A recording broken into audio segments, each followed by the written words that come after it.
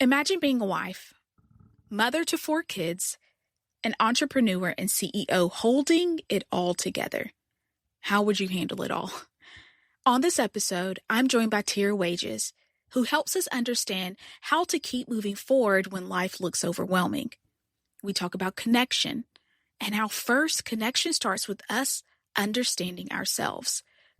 And from there, we talk about how connections are meaningful and how they're truly needed in every area of the world, at home, at work, and within. Tera's story is deeply human and relatable. I had motherhood and being a wife and cleaning the house and trying to run a business and being a good friend. All of these boxes I had to hold. And every night, if I got in the bed and I had dropped any of those boxes, I felt like I'd failed. This episode is for anyone who's ever struggled to find balance, to feel seen, or to hold it all together when life gets overwhelming. Let's get into this beautiful conversation with Tera Wages. Welcome to The Life We're Given. I'm your host, Brandy. This is the podcast where honest conversations fuel you to keep moving forward in life, no matter what may stand in your way. Healing from my teenager self, the one who dreamt of what a relationship would be. Yeah, my doctor just called. She says I needed to go get a blood transfusion. I don't really know what that means, what that looks like. I've never had one before. We talk about the hard moments in life. Do I matter? Do I matter to you? And so I'd always had that question of identity from a parent figure. Hearing resilient stories from others will help you know that you are not alone. It's so nice. I feel like we can relate. Thank you so much for joining us. I've known you since going to the University of North Alabama, but I think it'd be great for everybody else to know who you are, and we'll just jump into some really good questions that we have for this episode. So if you'll tell us a little bit about yourself. I am a mom of 4 kids, ages 11, 10, 8, and 6, 3 of which are boys, so my house is full of energy. I have been married to my best friend for 17 years, and I'm the CEO at the Connection Codes, which is a company that teaches people how to regulate their emotions so they can connect with themselves and with others. So when I met you, I've always known you and Wes as one. I thought you guys had met before college, but every time I saw y'all or knew about y'all, I feel like Tera, Wes, your names always went together. So tell us a little bit about how you guys met and how you went on the road to becoming married. Yeah, absolutely. And it's funny, I love that you say it that way, of like that we were always one, because even how I met him, it felt that way. I was at Lauderdale Lanes, the bowling alley, did $1 bowling after 8 p.m. And I looked over. I mean, he was pretty far away, but I remember just seeing him stand there. He had an orange polo on with a little purple horse talking to my roommate. And in that moment, I've always described it as it felt like a light switch flipped up. It was a physical feeling in my body. But recently, a friend of mine described her meeting her husband, and she said it felt like her soul knew his. Oh, wow. And the way she said that, it resonated so deeply with me. It did. It felt like my soul knew him. And I didn't talk to him that night because I was wearing a tie-dye t-shirt and no makeup and gaucho pants. Like, could not talk to my husband for the first time wearing that outfit. But we slowly got to know each other through mutual friends and had this like fairy tale romantic summer of dating, the Notebook style, Ryan Gosling version of summer romance. But ultimately, I was 19 at the time, and I had a lot of unhealed childhood wounds. I had been abandoned by my father at an early age, and very much was in my era of, I don't need a man, like, don't help me with anything. And he and I ultimately broke up at the end of that summer, which was great because it gave me that year. I met my biological father. I did a lot of healing in that time. Until we got back together. And when we got back together, I knew he will not get back with me unless he knows that I'm his wife. Like, he knows where I stand. So we got back together and we're married a year later. Oh, that's so beautiful. Yeah. Your relationship with your father, it sounds like it kind of helped you open up more. What would you say was different from the first time you dated was to the second time? I would say that my entire life, I didn't fully know who I was. When you don't know one of your parents, there's a part of you that feels like either I'm not good enough or there's just this missing link in your story. And so my mom had given me my aunt, his sister's phone number to call her to reach out. And so I called her and she answered the phone and I was like, "Hi, do you remember?" And I said my mom's name. And I was like, "I'm her daughter." And she just started weeping. Oh. She was like, "I've prayed for you. I love you." And that conversation was actually, I think, the healing part of that journey for me. It wasn't even necessarily knowing him, but just to know that I was loved and cared for and known. Yeah. Because like I have nieces and nephews. I couldn't imagine just not knowing them one day.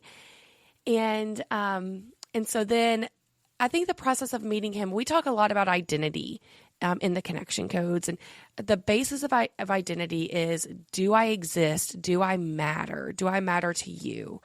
And so I'd always had that question of identity as a no from him, from a parent figure.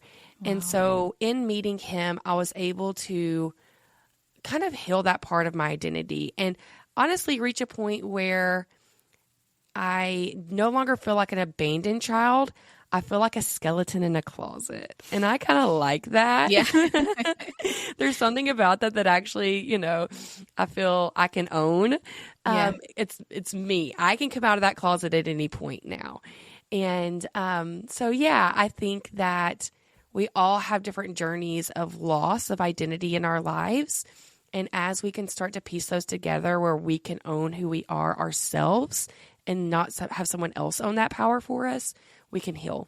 That makes me think back just to my own journey, like of just battling health, like just illness, everything since I was 19. Wow. I never thought that I would ever go through that. But it's so funny, like now being 15 plus years out, I'm like, I don't know if I would ever have it any other way. Like it's made me who I am, and it's helped grow me up and mature me and me see life so much differently because of it. Absolutely. I think those experiences definitely help. But I love how you touched on identity as well. Tell us a little bit more about identity and what you guys teach. Yeah. So identity is a fundamental need as humans. And when we lose identity, that is where we start to question our worth, our value, and ultimately that is what leads to our founder. He's like, it leads to wars. If people don't feel seen and heard, that is what creates conflict. And for some people, it's wars in their home, just constant battles with their partners. For some people, it's, literally last night, more bombing started happening in Israel and Iran. And so much of that, which, I have such pain for what is happening over there right now because it is a loss of identity. We have two groups of people that were told they didn't matter and they are at war with each other. And so identity truly does create security and safety in our lives. And we can lose it in these like little micro moments of walking in the door and our spouse not acknowledging us, like they're looking down, they're not saying hello. Whew, do I matter to you? Do you care about me? And one time that happens, okay, we can shake it off, we can move on. But years of that happening, it creates deep, deep pain of not feeling seen by our partner. And many people end up divorced. And so identity is the question of, do I exist? Do I exist to you? Do I matter? Do I matter to you? Do I have value? And do I have value to you? And anytime we get the answer no to one of those questions, we do not feel safe with that person. Wow. Oh my gosh. So many light bulbs went off with you just saying that. Like identity leads to wars. It leads to devastation in relationships. And how long have you and Wes been married? 17 years. Okay. So you guys have been through a lot. That's awesome. Yes. Congratulations. Thank you. That's a huge honor. Did you guys work on identity in your relationship? Not until about 5 years ago. Okay. And so we actually, I would have always said that we were a good couple. We had fights, which is normal. That's what couples do, right? Mm-hmm. We have conflict and we work through it. And sometimes our fights we could get over in 2 hours. And sometimes I would be mad at him for weeks, but that was just the norm when talking to my girlfriends. And in about 2016-ish, he went through some trauma with his internal family structure, like his mom and dad, that really created so much pain for him that he was shut down. I mean, understandably so. But after 2 years of functioning with a husband that was shut down, I was like, okay, this is my life. This is what it's going to be from now on. And we had a lot of conflict. And that was about 7 years in. We also had 2 very young kids at home, toddlers. Yeah. So many couples are struggling at that stage of their relationship. So to add in this external conflict as well with his family just threw gas on the fire. And I reached a point where I was like, okay, I'm done. We're not going to, you don't see me. You don't care about me. We're just going through the motions every day. And we ultimately sought counseling, went to therapy, and I say therapy saved our marriage. And now finding the tools of the connection codes, for us, that keeps us out of therapy. Now we know how to communicate, how to see each other, where we're not creating new pains, new conflicts, and wounds for each other. Oh, I love that. It's so funny because when I think back on y'all's relationship and when I met y'all and just seeing you guys from like a third party view, I've always just seen you guys as such like a beautiful, strong couple, a real couple, which I think is amazing. And you really remind me a lot of my parents that have been married for almost 40 years now. Actually, I think it's been 40 years, but it's just your relationship reminds me of theirs so much of this. The love that's there. Like Wes truly loves you. You can see the passion in it. It's really beautiful to watch, but you definitely remind me a lot of my parents and who are still married today. Yeah. I love that. Yeah, it's awesome to see y'all's relationship. Thank you. Yeah, Wes is a partner. Yeah. And I think that that's also something that kind of makes, I don't want to say different, but I would hope for most couples to experience as actual partnership and not a hierarchy or like we're against, you have your roles and I have my roles. And we have to stick to these and we're not willing to cross the lines to help each other. If I need support, I had actually a pretty rough day yesterday.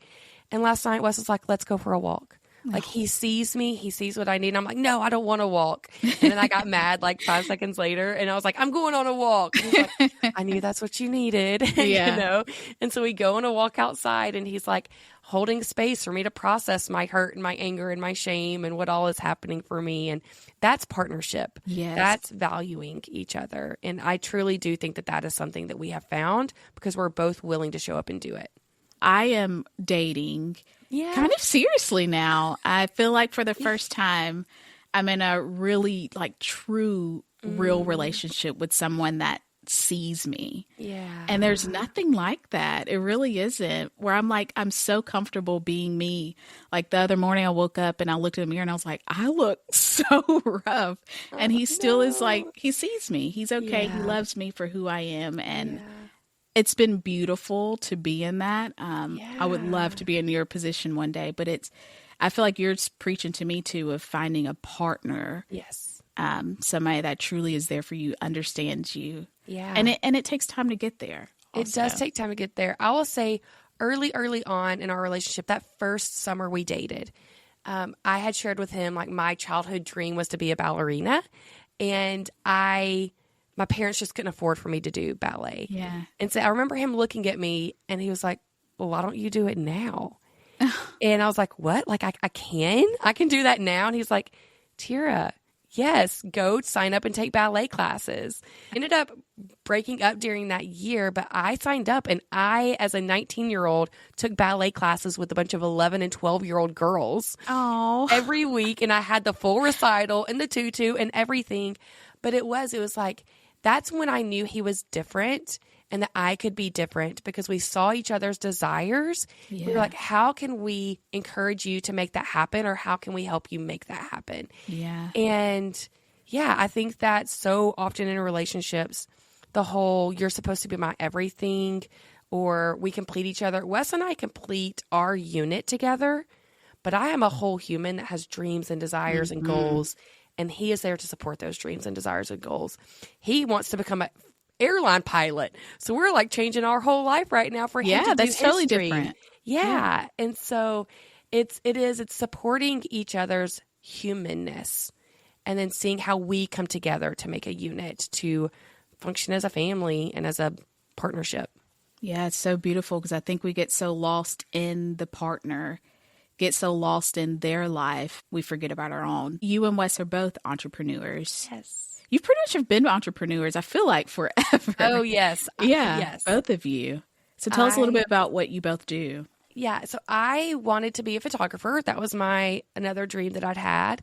And of course, he encouraged me to do that and built my first website for me. I was a senior at UNA. Wow. And he was like, Tera, you should get a mentor. So I reached out to someone and I mentored with them.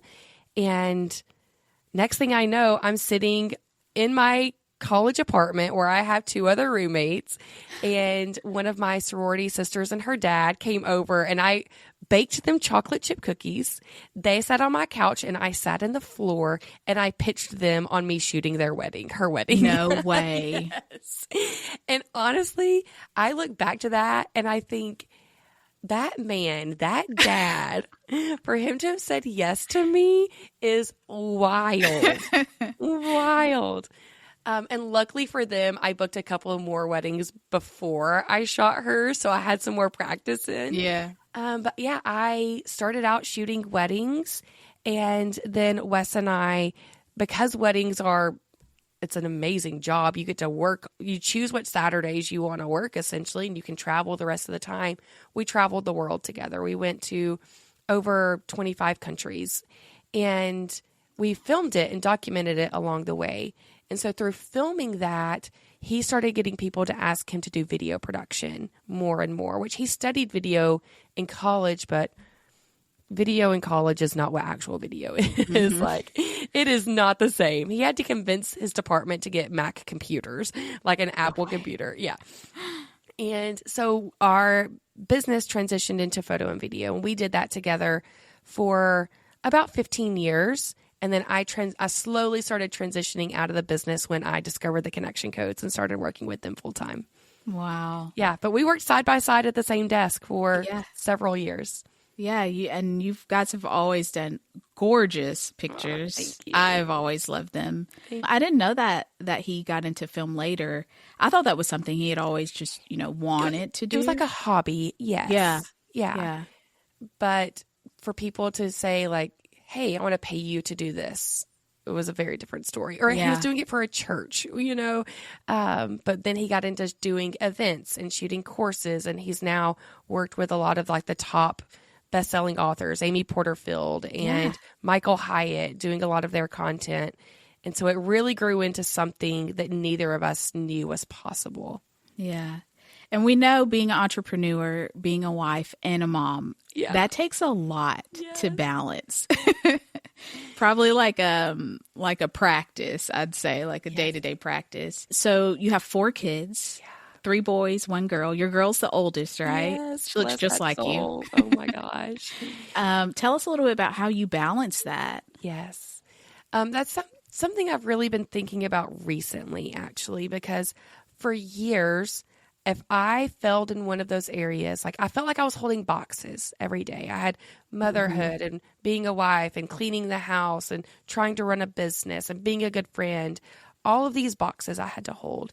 And every night, if I got in the bed and I had dropped any of those boxes, I felt like I'd failed, which meant I failed every single day. Like I truly would just lay and I felt like the biggest failure in the world. And it wasn't until I learned tools to regulate my emotions. That was really the first step that helped me kind of put everything into a ball. And now I view my life as a ball. Like everything is just kind of in this circle. And as long as I'm pushing my ball forward each day, I genuinely do not feel like I fail.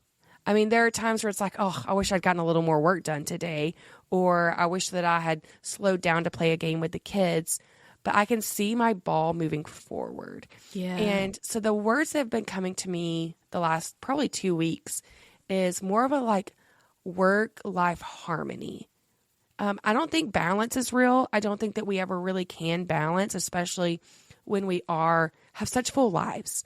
I consider myself a high capacity person, but my life yesterday, I was trying to schedule.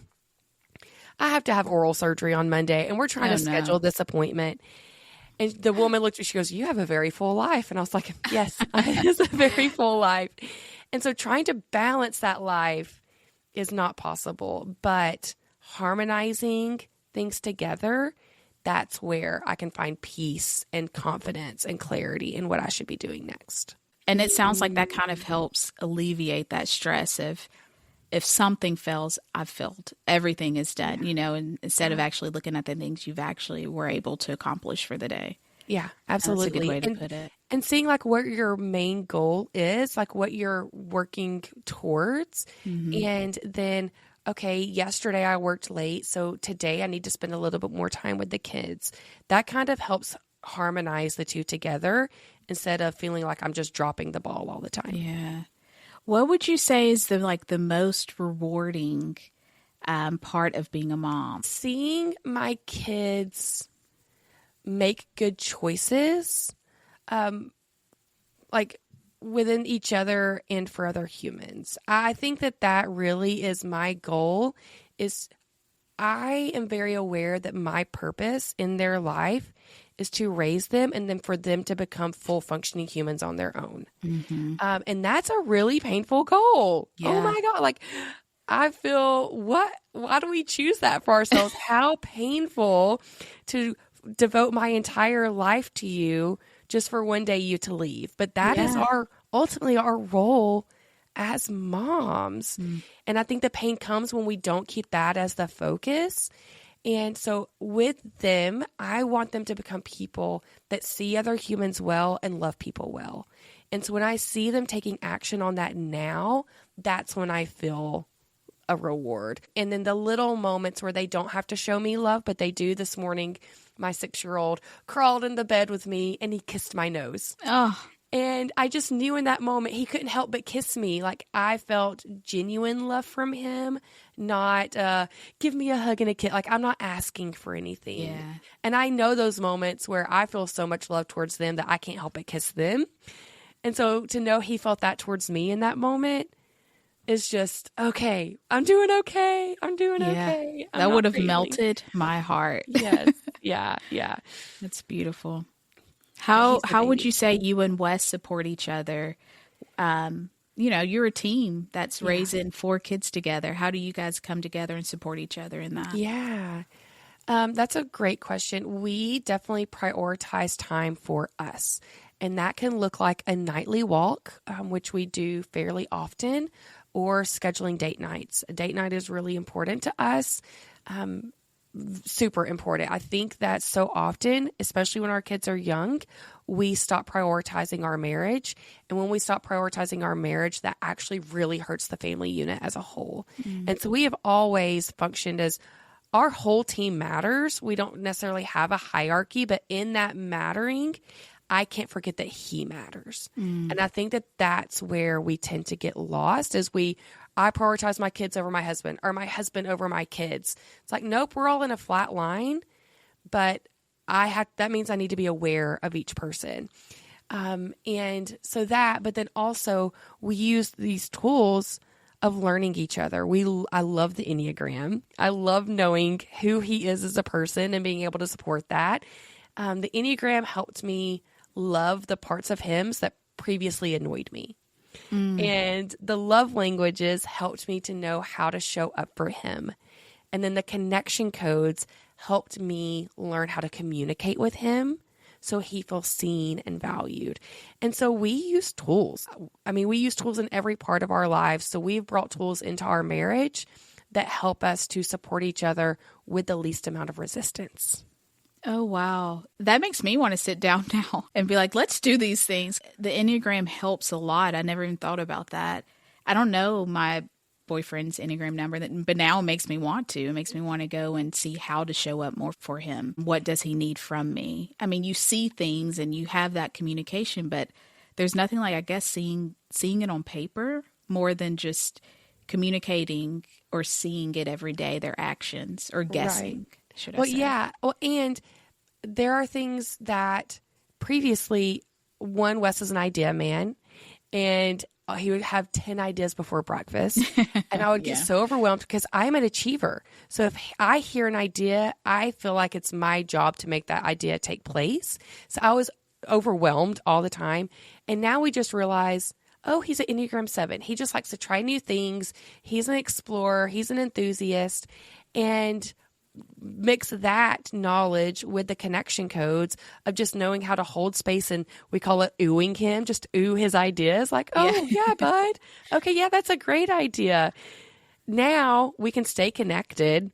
I can appreciate him and who he is, and I don't feel the pressure of taking any action on anything that he says to do. Like, we can decipher what actually needs to be done and what doesn't need to be done. And so, yeah, I really did think about, even with kids, we read books for our kids, and with our business, we go to conferences. We really study what we're focusing on. I'm wanting to do more public speaking. I'm doing more public speaking. So I'm learning from other speakers how to do that. I'm watching tips on how to use nonverbal communication and those types of things, but we neglect our marriage in the same way. And so finding the same tools, but applying it to our home, when Wes and I are connected, our entire life is thriving. I can go to work and I can dominate at work. I can show up with my kids and be less reactive with them because I don't have that tension and conflict with my spouse. And so the very thing that actually can help us have a thriving life is the thing we tend to invest the least amount in. Wow. Yeah, you feel the difference when there is Absolutely mess or chaos going on, and when it's in harmony. Yes. It's all harmonized. Yeah. We rarely have conflict because we use the connection codes tools. And I think we had one, it had to have been last year. No, my desk was over there at the time. About a year and a half ago, we had conflict one night. And the next day he came in, he was like, I can't get anything done. I can't focus on anything. He was like, I forgot what this feeling was like. That was the norm for years. And now we're so productive because we're not clouded and flooded with emotions. And he's like, we've got to work this out just so I can think straight, And we just forgot how that feels and really recognize, oh, this is how so many people are functioning every day. Mm-hmm. They're going to their work. They're trying to type out that email, but they're thinking about what happened at the preschool their kid goes to, or the fight they had with their spouse, or why they're upset with their mom over, something that happened at Easter. Like, we're thinking about all of these other things, physical pain, ailments and health issues. And so our ability to focus and be productive is quickly dampened by life. What's Israel and Iran? How many people are going to be able to focus at work today worried about World War III? Yeah. That was the first thing I saw this morning. We're going to have World War III. Okay, now let me go type this email out. And go on and act like life is okay. And act like life is okay. Yeah. And so really learning how to regulate, to communicate with each other has changed everything for our. Yeah, that made me think also just about people that are in a regular 9-to-5 job, and how you can tell when someone's having a bad day, and they bring all of that to work. Yes. What would you say to somebody that's in that position, that's trying to figure out how not to bring all of their life and chaos to work? Yeah. Where do they start?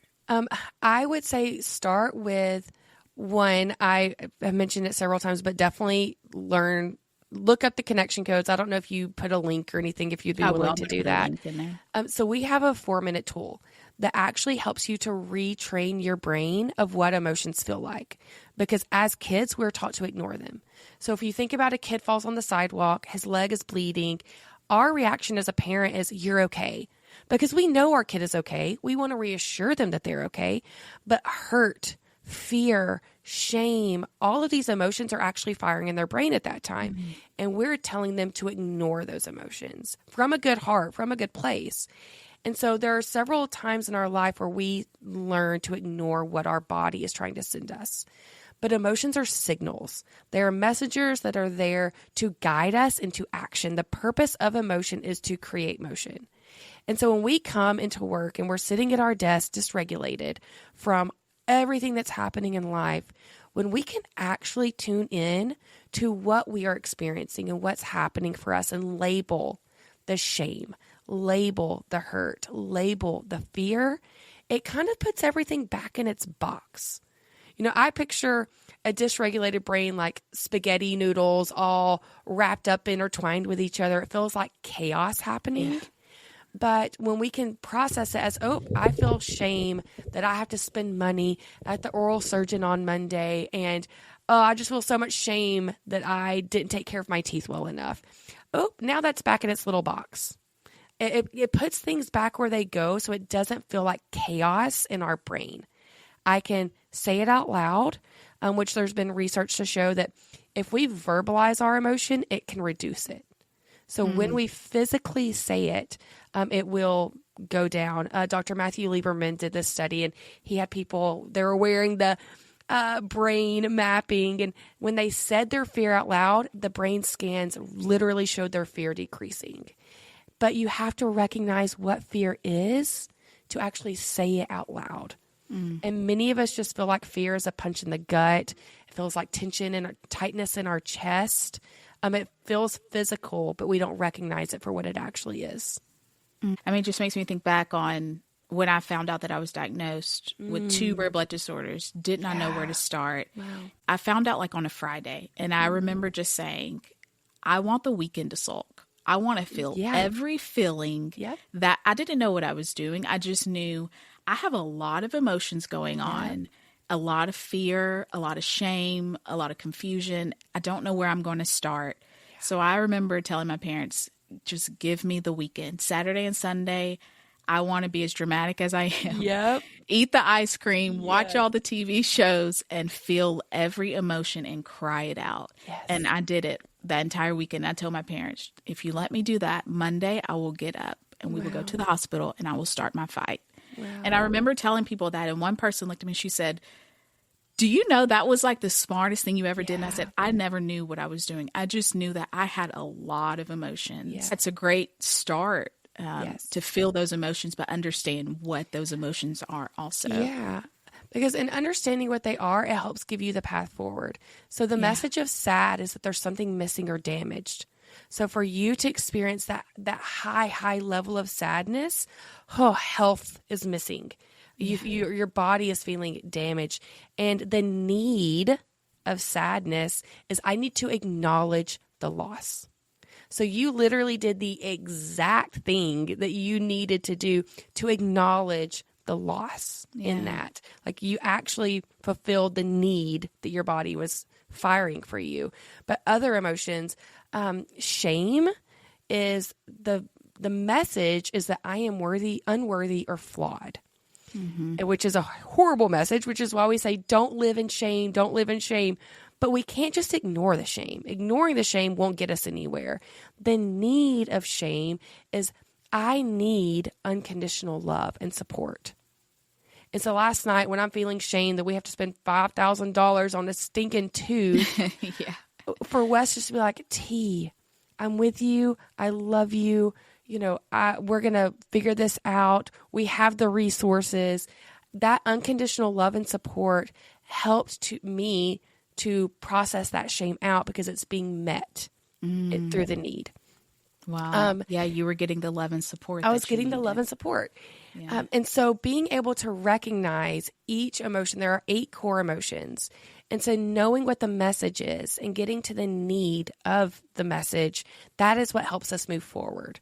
And then there are also times where I can get hit with shame over something that was a societal norm that I actually don't align with.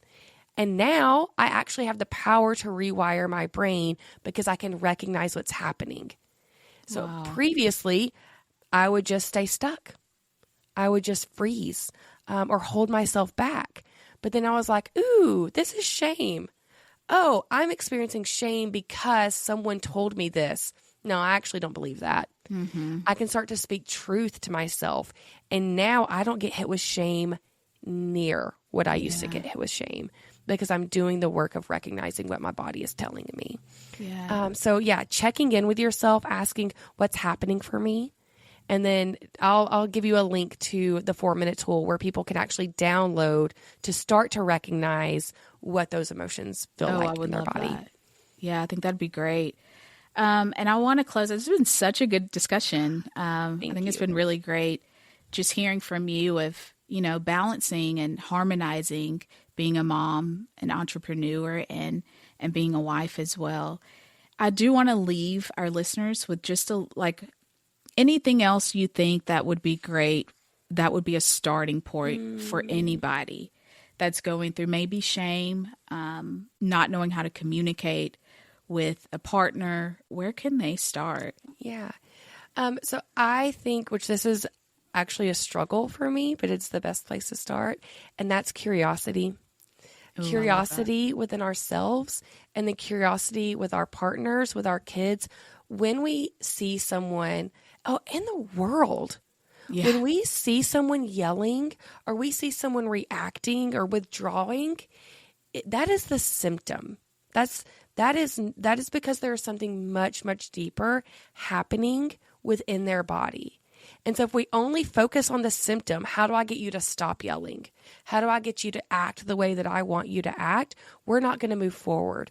But if you can get curious about them, what's happening for them? What got them here? Now we can start to see each other. And that's true whether it's with your married partner, with your mom, or with the person marching in LA right now. There is something happening in their body that when we get curious, we can see each other and connect.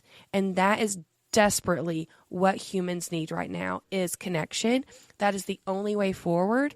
And we have a lot of leadership all around us that are trying to keep us from doing that. Yeah. And robots have entered the picture. Yeah. That are Who now would have ever thought? People's therapists and best friends and fulfilling these roles that we actually need human connection to do. Yeah. But we can't get connected if we can't see each other. And so, that would be my biggest thing to be get curious from a place not of condemnation or resistance, but of understanding and connection. And I do want to acknowledge that is hard. There are people that I have a lot of pain with because of things that they believe that I do not support. It is hard to get curious about people that you feel are making decisions that hurt other people. Yeah. But ultimately, they are going to continue to hurt other people if we can't get curious about them. Yeah. So I'm not saying it's easy, but that is what we need to do. I love that. That's a great ending of being curious. Yeah, getting curious. Thank you so much for this conversation, Tera. Thank you. Totally enjoyed it. And then we'll put the links and everything to connection codes and any other links. We'll put them in the description box. Yeah, our podcast link, that's also a great place to start to learn more. Yes. And we'll put all of that down there. Thank you again so much for joining us. Thank you. Thanks for listening to this episode of The Life We're Given. If it inspired you, share it with a friend. And don't forget to subscribe so you are notified about future episodes. Until next time. Oh, and keep showing up for you. You deserve it.